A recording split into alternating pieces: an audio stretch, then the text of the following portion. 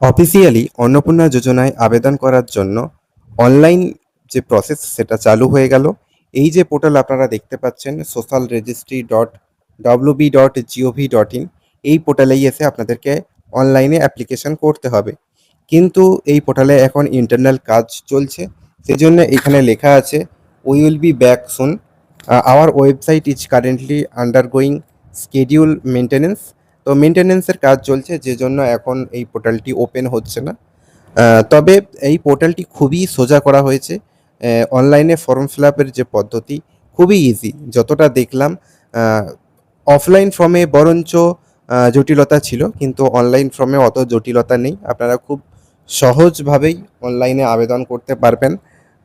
এবং ডকুমেন্টস হিসাবে আপনাদের নর্মাল যে Aadhaar card, voter card, PAN card, ST SC OBC certificate যদি থাকে, জমির যদি দলিল পর্চা আরও আর থাকে, সেগুলো আপনাদেরকে আপলোড করতে হবে।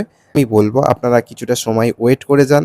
এই পোর্টালের কাজ মেনটেনেন্স সমস্ত কমপ্লিট হোক, তারপরেও এই পোর্টালে প্রথমের দিকে সমস্যা থাকবে।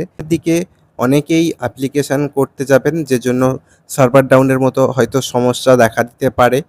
তাই আপনাদেরকে বলবো আপনারা ধীরে সুস্থে মাথা ঠান্ডা করে প্রত্যেকটা যে ডেটা আপনাদের আছে, ব্যাংকের অ্যাকাউন্ট নাম্বার, আইএফএসসি কোড, আধার নাম্বার, প্যান নাম্বার, সমস্ত ডেটাগুলো ঠান্ডা মাথায় বুঝে আপলোড করবেন। আপনার একটা ভুলের জন্য কিন্তু অন্নপূর্ণা ভান্ডারের এই যে ফর্ম বাতিল হয়ে যেতে পারে।